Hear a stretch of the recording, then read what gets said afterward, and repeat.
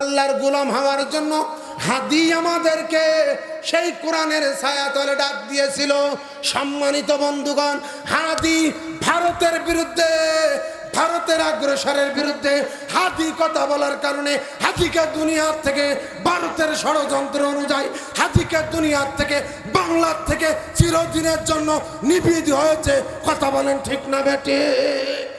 শুনে রাখেন ও বাংলার মুসলমান, এক হাদিকে দুনিয়ার থেকে বিদায় করা হয়েছে, বাংলার ঘরে লক্ষ হাদি তৈরি হয়ে গেছে। কথা বলেন ঠিক না ঠিক? ভারত এ দেশের কখনো ভালো চায় না। এ স্বাধীন হওয়ার আগ থেকে এই পর্যন্ত ভারত কোনোদিন আমাদের পক্ষে ছিল না, সব সময়ের জন্য আমাদের বিরুদ্ধে।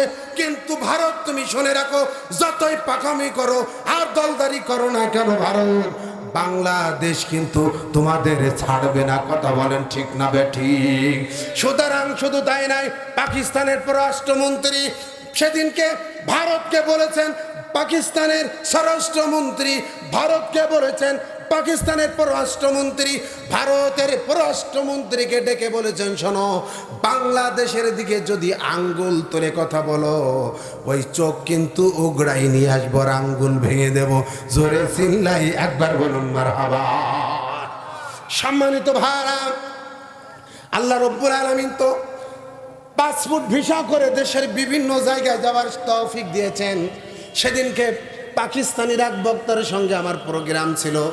আমি যে সময় আমার পরিচয় দিলাম পাকিস্তানির বক্তা, আপনারা সোশ্যাল মিডিয়া ইউটিউবে দেখেছেন, পাকিস্তানের মুফাসসির আমাকে পাজা করে ধরে বলে বাঙালি আর পাকিস্তানি হলো ভাই ভাই। জোরে বলেন মারহাবা। এই জন্য হাদি ছিল বাংলাদেশের একটা বিপ্লবী সন্তান। কথা বলেন ঠিক না ঠিক? এইরকম সাহসী একটা যুবক, যাকে মাত্র একটা সন্তান, এই ছেলেটা বলছিল আমাকে গুলি করুক, আমার রাজপথে শহীদ করুক, কিন্তু আমার বাচ্চাটার দিকে একটু দেখে রাখবেন আপনারা। কত বড় কথা দেখেন। সেই হাদিকে পর্যন্ত তোমরা ভারতের ষড়যন্ত্র, ভারতের ভারত কখনো এই দেশকে ভালো চাই নাই। সেই ভারতের ষড়যন্ত্র অনুযায়ী হাদিকে পর্যন্ত এই বাংলাদেশ থেকে বিদায় নেওয়া লেগেছে। কথা বলেন ঠিক না ঠিক? ওই ভারতের ষড়যন্ত্র অনুযায়ী বিগত ফ্যাসিস্ট সরকার শেখ হাসিনা খালেদা জিয়াকে দীর্ঘদিন কারাগারে বন্দী করে রেখেছিল ওই ভারতের পরামর্শ অনুযায়ী। কথা বলেন ঠিক না বেটে? এখন ভারত কত সহানুভূতি দেখাচ্ছ, আমরা বুঝি তোমরা কেন আমাদেরকে সহানুভূতি দেখাচ্ছাও। তার মানে মুসলমানদের ভিতরে তোমরা দ্বন্দ্ব লাগাই দিতে চাও। কথা বলেন ঠিক না বেটি? খালেদা জিয়া ওয়াকালে 3 বারের সফল প্রধানমন্ত্রী, ওয়াকালে তাকে পৃথিবী থেকে বিদায় নেওয়া লাগলো। এখনও আল্লাহ তাআলা বাঁচা রাখলে আগামী দিনের প্রধানমন্ত্রী হতো, কিন্তু তাকেও দুনিয়ার থেকে চিরবিদায় হয়ে যাওয়ার কারণ ভারতের বুদ্ধি পরামর্শ অনুযায়ী শেখ হাসিনা এমন ষোলো পয়জন বিষ ঢুকাই দিয়েছে, আর তাকে আর দুনিয়ার জমিনে আর বেঁচে থাকা সম্ভব হলো না।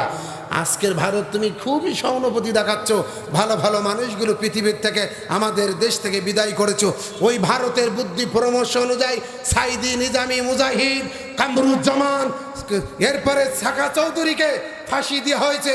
ওই ভারতের বুদ্ধি পরামর্শ অনুযায়ী আল্লামা সাইদিকে ইঞ্জেকশন দিয়ে বিষ ফুস করে তাকে দুনিয়ার থেকে বিদায় করেছে। ওই ভারতের পরামর্শ অনুযায়ী সে ভারত কোনোদিন বাংলাদেশের বন্ধু হতে পারে না। কথা বলেন ঠিক না বেঠে? সম্মানিত ভাইরা, ওয়াজ মনে গাত দেখি যাচ্ছে নাকি? অসুবিধা হচ্ছে? নিমির ভাতা তিতি লাগে, খালি চুলকুনি ভালোই যায়।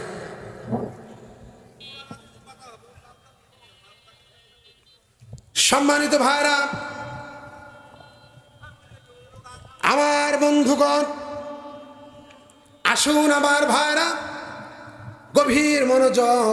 আল্লাহ বলেন, ওয়াকালাল্লাযীনা কাফারু লা তাসমাউ লিহাযাল কুরআন ওয়ালগাউ ফীহি লাআল্লাকুম তাগলিবুন।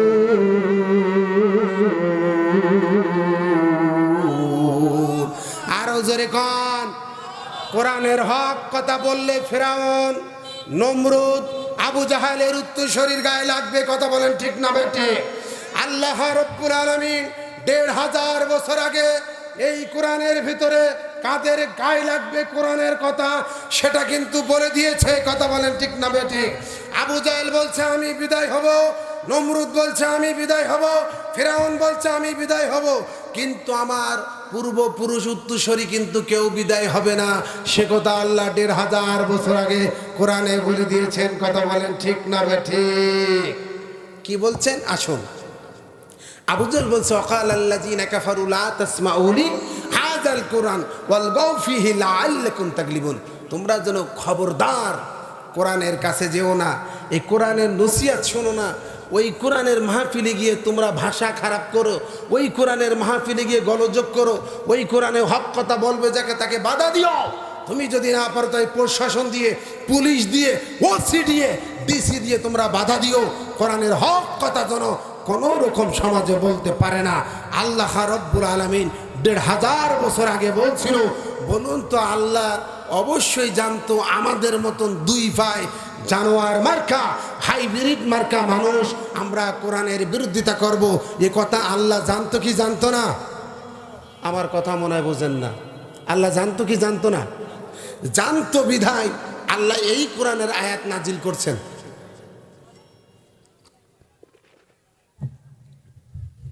আমরা কোরআন নিয়ে বেঁচে থাকতে চাই।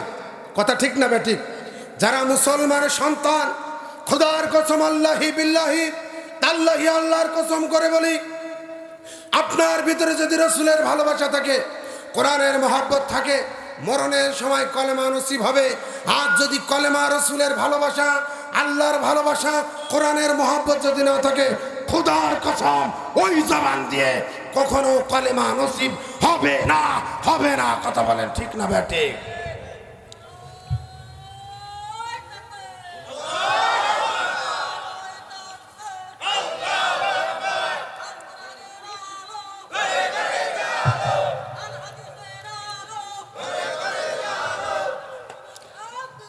আমার বন্ধুগণ, এই কোরআনের কথা বলতেছেন আল্লাহর নবী রহমাতুল লিল আলামিন। আমার বন্ধুগণ, আমার ভাইরা, আসুন এবার মূল আলোচনার দিকে যাই। আসল কথাগুলো এবার আপনাদের খেদমতে বলে দিই। আমার বন্ধুরা, আমার ভাইরা, ওয়াজের শুরুতে কিছু কথা বলছি, আপনারা একটু বসুন। আই ডোন্ট কেয়ার আমার ভাইরা কে কি বললেন আর বললেন না, ওটা আমি গ্রহণ করব না, যদি কোরআন থেকে কথা বলতে চাই। আমার বন্ধুরা, আমার ভাইরা, আল্লাহ রাব্বুল আলামিন বললেন ওয়াকুনু মা'আস সাদিকিন, তোমরা সত্য কথা বলবে এবং সত্যবাদীদের সঙ্গে থাকবে। আসুন সত্য কথা কারা বলে? আমার বন্ধুগণ, আল্লাহ রাব্বুল আলামিনের হাবিব এই কোরআনের কথা বলার সময় আমার বন্ধুরা, আল্লাহর নবীর একজন সাহাবী, অনেক বেশি বছর বয়স, অনেক দিন বেঁচে ছিলেন, নাম হলেন হযরতে সালমান রাদিয়াল্লাহু তাআলা আনহু। আমার বন্ধুগণ, আমার ভাইরা, হযরতে সালমান রাদিয়াল্লাহু তাআলা, এই সালমান আব্বা ছিল অনেক বড় একটা পণ্ডিত, ইহুদিদের একদম পণ্ডিত ছিলেন সালমানের বাবা। সালমানের যখন 12 বছর বয়স, সালমানের বাবার কাছে সালমান বসা, বাবার কাছে সালমান বসা। 2009 সালে এই ওয়াজটা আমি মসজিদগড় প্রাইমারি স্কুলের মাঠে করেছিলাম। আমার বন্ধুরা, আমার ভাইরা, আর 2026 সালে আজকের আমাদের মাঠে করতেছি। আমার বন্ধুগণ, সালমানের বাবা ইহুদিদের বড় একটা পণ্ডিত ছিলেন, ধর্মযাজক ছিলেন, বিশাল জ্ঞানের অধিকারী ছিলেন। তিনি ত্রিপিটক, বাইবেল, মহাভারত, মহাপুরাণ সব কিছু সালমানের বাবার মুখস্থ ছিলেন। সালমানের কাছ থেকে উঠিগা সালমানের বাবা তার গবেষণা কিতাব কান্নিয়া ঘরের ভিতরে দরজাটা লাগাই দিয়ে তিনি পড়তেছেন লা ইলাহা ইল্লাল্লাহ মুহাম্মাদান মুহাম্মাদান। দেখতেছেন ত্রিপিটক, বাইবেল, মহাভারতের মধ্যে তিনি পড়লেন মুহাম্মাদের নাম। জোরে বলেন সুবহানাল্লাহ। আমার বন্ধুগণ, সালমানের বাবা মুহাম্মাদের নাম ওই বাইবেল কিতাবের মধ্যে যখন পড়লেন, তার মনটার মধ্যে উৎফুল্ল হয়ে গেল, মনটার মধ্যে খারাপ হয়ে গেল। তিনি আরেকটা পৃষ্ঠা পড়লেন, আরেকটা পৃষ্ঠার মধ্যে মুহাম্মাদের নাম আসলো। আবার পৃষ্ঠাটা বাদ দিয়ে আরেকটা পৃষ্ঠার মধ্যে হাত দিলেন, ওই পৃষ্ঠার মধ্যেও নাম আসলো। জোরে চিল্লাই বলেন সুবহানাল্লাহ। এক নাই, দুই নাই, 12টা পৃষ্ঠা সালমানের বাবা উল্টা পাল্টা করলেন। 12টা পৃষ্ঠার মধ্যে আল্লাহর নবীর নাম এসে গেলেন। জোরে চিল্লাই বলেন সুবহানাল্লাহ। সালমানের বাবা 12 নম্বর পৃষ্ঠায় যখন পড়তেছে, সালমান ওই ঘরের দরজার কাছে বসা, সালমান ঘরের দরজার কাছে বসে বসে তিনি শুনতেছেন বাবা বলতেছে, তোমাদের ধর্মের কাছে তোমাদের পরে এমন একজন নবী আসবে, ওই নবীটার আইন ও কানুন যদি তোমরা মেনে নাও, ওই নবীর কলেমা যদি তোমরা পড়ে নাও, ওই নবীর সবার সঙ্গী যদি তোমরা হতে পারো, তোমাদের জন্য জাহান্নামের আগুন হারাম, আর তোমাদের জন্য আল্লাহর জান্নাত অর্থাৎ স্বর্গের দরজা তোমাদের জন্য খুলে যাবে। জোরে বলুন সুবহানাল্লাহ। আমার বন্ধুগণ, প্রিয় আমাদিবাসী, এই কথা বলার পরে সালমানের বাবার চোখ টোক লাল হয়ে গেল। হায় রে, আমি তো বাইবেল, ত্রিপিটক, মহাভারত, কৃষ্ণ পুরাণ, যজুর্বেদ, মহাভারত পড়লাম, কিন্তু প্রায় কিতাবের মধ্যে কেন মুহাম্মাদের নাম আসলো? উনি এবার দরজাটা খুলে এদিক সেদিক তাকাচ্ছে, চোখটা বড় বড় করে, মুখটা মলিন করে, কেউ আমার কথা শুনে ফেলছে নাকি তাই তাকায় দেখতেছেন। কিন্তু তাকাবার পর লক্ষ্য করে দেখে কেউ নাই, কিন্তু জানলার মুখে যে জায়গায় বসে ওই বাইবেল পড়লেন, ঠিক ওই জায়গায় সালমান বসে আছে। আরো জোরে কান সুবহানাল্লাহ। কে বসে আছে? সালমান। যেখানে গেলে বাঘের ভয়, সেখানে গেলে রাত্র হয়। সালমান বসা, অর্থাৎ ওই ব্যক্তির কলিজার টুকরা ছেলেটা বসা। সালমান তার বাবার মুখের দিকে তাকিয়ে বলে, বাবা গো, আপনি কেন মুখটা মলিন করেছেন? কেন আপনার চোখ বেয়ে বেয়ে পানি পড়তেছেন? সালমান ডাক দিয়ে বলে, বাবা বলো তো বাবা, কেন আপনার চোখ দিয়ে পানি বার হচ্ছে? বাবা বলে, সালমান কোনো কিছু কি তুমি শুনছো নাকি? বলে, বাবা হ্যাঁ শুনছি। বলে, কারোর কাছে তুমি বলবা না, যদি এই কথাগুলো যদি তুমি বলো তাহলে আমার আর এই সমাজে বেঁচে থাকা যাবে না, তাহলে কেউ আমাকে ডাকবে না, কেউ আমার মানবে না, কেউ আমার ধর্মীয় নেতা বলে আমার কেউ ভালোবাসবে না।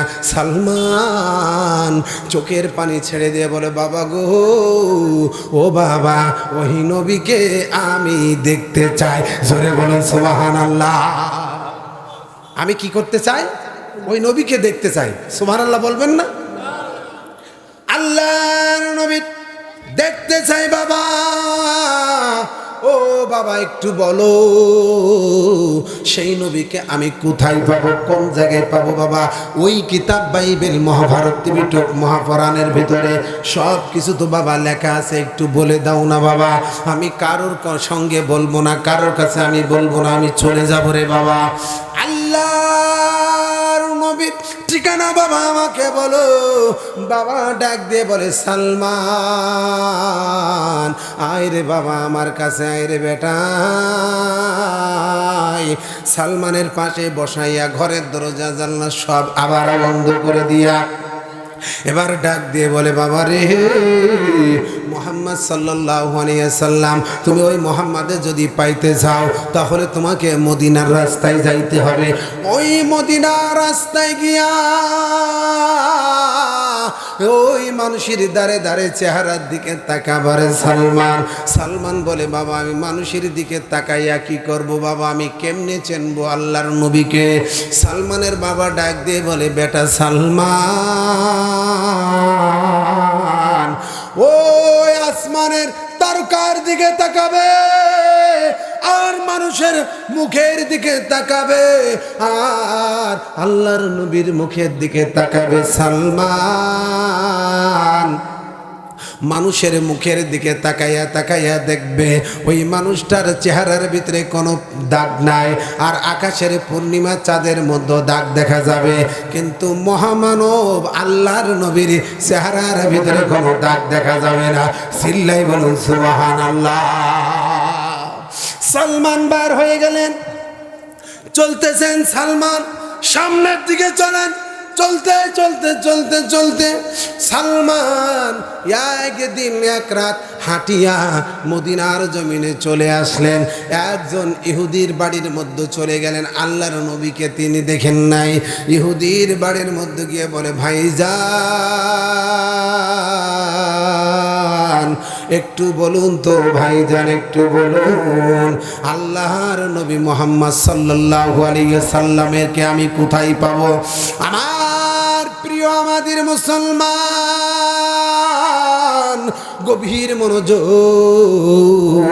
আমার ভাইরা, আমি ছোট্ট মানুষ, আস্তে আস্তে কথাগুলো বলতে চাচ্ছি, একটু ধৈর্য ধরে বসুন। ভাইজান ইসলাম কি দিল ভাই? আমি মেহেদী হাসান আপনাদের কেমন করে বুঝাই? আমার বন্ধুগণ, সালমান বললেন, ইহুদির বাড়ি গিয়ে ডাক দিয়ে বললেন, ভাইজান আল্লাহর নবী রহমাতুল্লিল আলামিনকে আমি কোথায় পাবো? আল্লাহর নবী কোন জায়গায় আমাকে একটু বলিয়া দিন। এবার ইহুদি ডাক দিয়ে বলে, যুবক কোথায় তোমার বাড়ি, কোথায় তোমার ঠিকানা, কোথায় তোমার পরিচয় আমি জানি না। হে যুবক বলো তো তোমার বাড়িটা কোথায়? যুবক বললেন, অমুক শহরে আমার বাড়ি, আমার পিতার নাম অমুক, আমি আল্লাহর নবীর কাছে এসেছি কলেমা পড়ে মুসলমান হওয়ার জন্য। ইহুদি বলে, এ যুবক যাও যাও যাও, মুহাম্মদ আমার শত্রু। জোরে বলেন নাউজুবিল্লাহ। মুহাম্মদ আমার শত্রু, আর শত্রুর কথা আমার কাছে তুমি জানতে এসেছো, বাইরে হও আমার বাড়ি থেকে। আমি জানি না মুহাম্মদ কোথায়, আমি বলতে পারবো না। সালমান রাদিয়াল্লাহু তাআলা, সালমান বাড়ির থেকে বাইর হইয়া রাস্তায় উঠলেন যখন, ওই ইহুদিকের পার্টনার ডাক দিয়ে বলেন, উস্তাদ আপনি কিন্তু একটা ভুল কাজ করেছেন। বলেন কি? বলে, এই মুহূর্তে আপনি ওই সালমানকে আটকাই দেওয়া লাগতো। কারণ আমি সালমানকে কেন আটকাবো? ওর নামে তো কোনো মামলা নাই, ওর নামে কোনো হামলা নাই, ওর নামে কোনো দোষ নাই, ওকে আমি চিনি না, আমি কেন আটকাবো ওই ছেলেটাকে? আমি তো ছেলেটাকে চিনি না। বলে, উস্তাদ রে আপনি জানেন না, ওই ছেলেটা যদি, সালমান যদি আল্লাহর নবী মুহাম্মাদের কাছে পৌঁছাইয়া যায়, ওই মুহাম্মাদের কাছে যাওয়ার পর ওই ছেলেটা কলেমা পড়ে মুসলমান হবে, আর মুহাম্মাদের দলে আর একটা লোক বাড়িয়ে যাবে। কাজী ওই ছেলেটাকে আটকান। এবার বলতেছে, আমি কি বলে আটকাবো? বলে, ওই ছেলেকে জিজ্ঞাসা করো, কেন তুই আমার কাছে মুহাম্মাদের নাম জিজ্ঞাসা করলি? জোরে চিল্লাই একবার বলেন নাউজুবিল্লাহ। ওই ছেলেকে জিজ্ঞাসা করেন, কেন সে আমার বাড়ির মধ্যে ঢুকে মুহাম্মাদের নাম জিজ্ঞাসা করলো? এই হলো তার অপরাধ। দেখেছেন অবস্থা? বুঝতে পারছেন আমার ভাইরা? আল্লাহর নবীর খোঁজার জন্য সালমান বাড়ির থেকে বাইর হইয়া রাস্তায় উঠলেন যখন, ওই ব্যক্তি ইহুদি এসে ডাক দিলেন, যুবক আমার বাড়ির মধ্যে আসো। ছেলেটা বাড়ির মধ্যে ঢুকলেন। ঢোকার পরে বলছেন, চাচা আপনি আমাকে কেন ডাকলেন? বলে, বেটা বেয়াকুব, তুমি কেন আমার কাছে মুহাম্মাদের ঠিকানা জানলে? আমার তো মুহাম্মাদের পরে রাখ, আমি তোমাকে আটকায় রাখবো। বলে, আমার অপরাধটা কি? বলে, তুমি মুহাম্মাদকে কেন ডেকে, কেন আমার বাড়ি খোঁজ নিয়েছ? হযরতে সালমান বললেন, আমার এটাই কি অপরাধ? বলে, হ্যাঁ এটাই তোমার অপরাধ। এই অপরাধের জন্য তোমাকে আমার বাড়ির জেলখানায় তোমাকে বন্দি করা হলো। ছেলেটা কোনো কথা বলে না। বলে, কয়দিন আমাকে রাখবেন? বলে, 1 মাস তোমাকে আমার বাড়ি বন্দি থাকা লাগবে। কয় মাস? একটু জবান খুলে জোরে বলেন, আরো একটু জোরে বলেন, নারায়ে তাকবীর, নারায়ে তাকবীর। 1 মাস থাকা লাগবে। অপরাধ কি? শুধু সালমানের কথা জিজ্ঞাসা করেছে, এই হলো তার দোষ। কথা ঠিক না বেঠিক? এখন বলেন, এটা কি কোনো স্বাভাবিক ব্যাপার? কোনো দোষ? এটা দোষের কথা? বিনা অপরাধে তাকে এবার জেলখানায় 1 মাস আটকে রাখলেন। সালমান বলছে, আল্লাহ, ও আমার আল্লাহ, 1 মাস আমাকে আটকে রাখার পরেও তো এক মাস পরে আমাকে ছেড়ে দিবে, আর এক মাস পরে আমি আল্লাহর নবী রহমাতুল্লিল আলামিনের কাছে গিয়ে দেখা করব। জোরে চিল্লায় একবার বলেন সুবহানাল্লাহ। সালমান ঘরের ভিতরে বন্দী, এক মাস হয়ে গেল, সালমানকে কিন্তু ছাড়ে না। সালমান ইহুদিকে ডাক দিয়ে বলেন, ভাইজান আমার কেন আপনি ছাড়েন না? অপরাধটা কি? আমাকে এক মাস হয়ে গেল, আপনি আমার কেন ছাড়েন না? বলে, না না না, তোমাকে ছাড়বো না।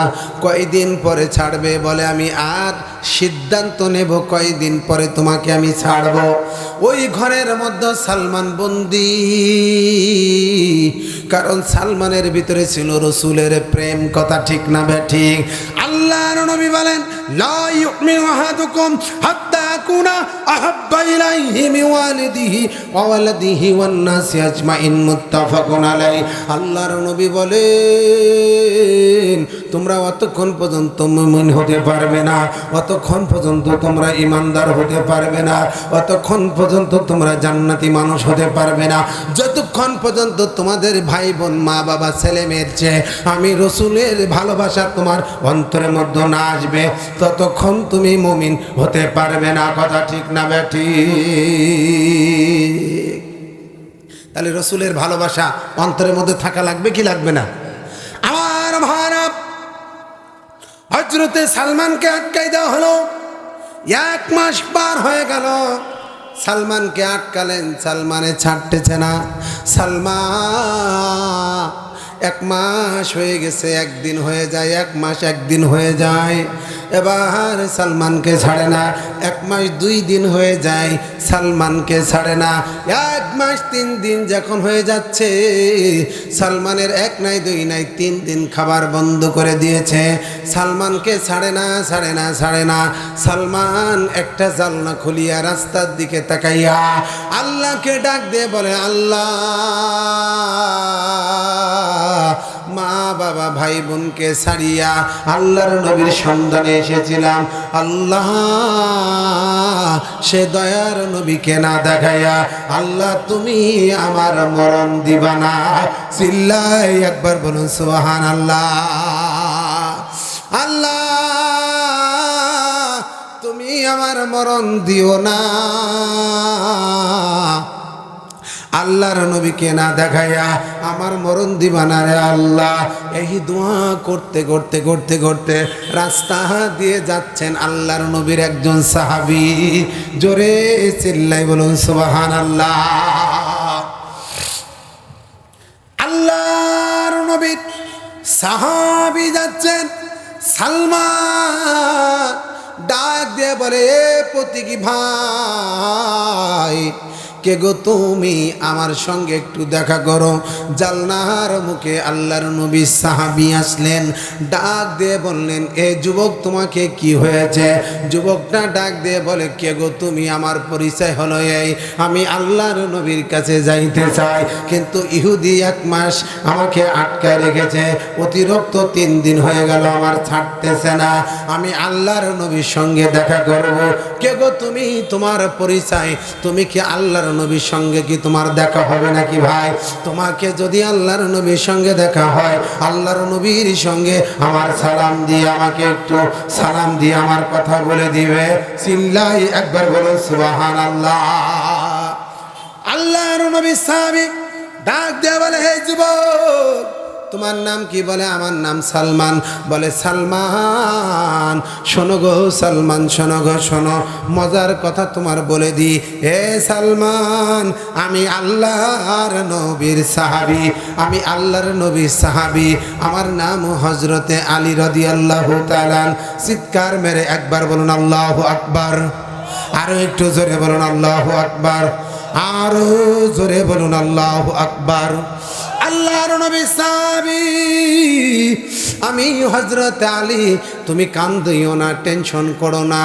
ওয়ালা তাইনু ওয়ালা তাহজানু ওয়া আনতুমুল আওলানা ইন কুনতুম মুমিনিন। জোরে বলুন সুবহানাল্লাহ।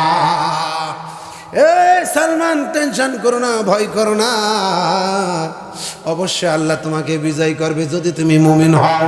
তুমি ধৈর্য ধরো, আমি আল্লাহর নবীর কাছে যাচ্ছি। হযরতে আলী রাদিয়াল্লাহু তাআলা আল্লাহর নবীর কাছে চলে আসলেন। চলে আসার পরে দেখে আল্লাহর নবী মসজিদ নববীতে বসা, আল্লাহর নবী মসজিদ নববীতে বসা। আল্লাহর নবীর কাছে এরকম কাছাকাছি আল্লাহর নবীর কাছে হযরতে ওমর রাদিয়াল্লাহু তাআলা বসা। চিল্লাই বলুন সুবহানাল্লাহ। হযরতে আলী চিন্তা করলেন, আল্লাহ এই মুহূর্তে যদি আমি বলি, আল্লাহর নবীকে যদি বলি, তাহলে আল্লাহর নবীর কাছে যদি জোরে বলি তাহলে হযরত ওমর শুনতে পাবে। ওমর যদি শুনতে পায় তাহলে এই ইহুদির কল্লা থাকবে না। আসতে পারো আর আল্লাহর কোরআনটা যদি পাকড়াও ধরতে পারো তাহলে শোনো, পৃথিবীর জমিনে আমি আল্লাহ পাক বললাম ইন্নাদ দীনা ইনদাল্লাহিল ইসলাম, জীবন যাপন করতে পারো তাহলে আমি আল্লাহ পাক বললাম মানুষরে তোমরা হতাশ হবে না, কোনো টেনশন করবে না, তোমাদের কোনো ভয় নেই। আল্লাহ বলেন ফালা খাউফুন আলাইহিম ওয়ালা হুম ইয়াহজানুন।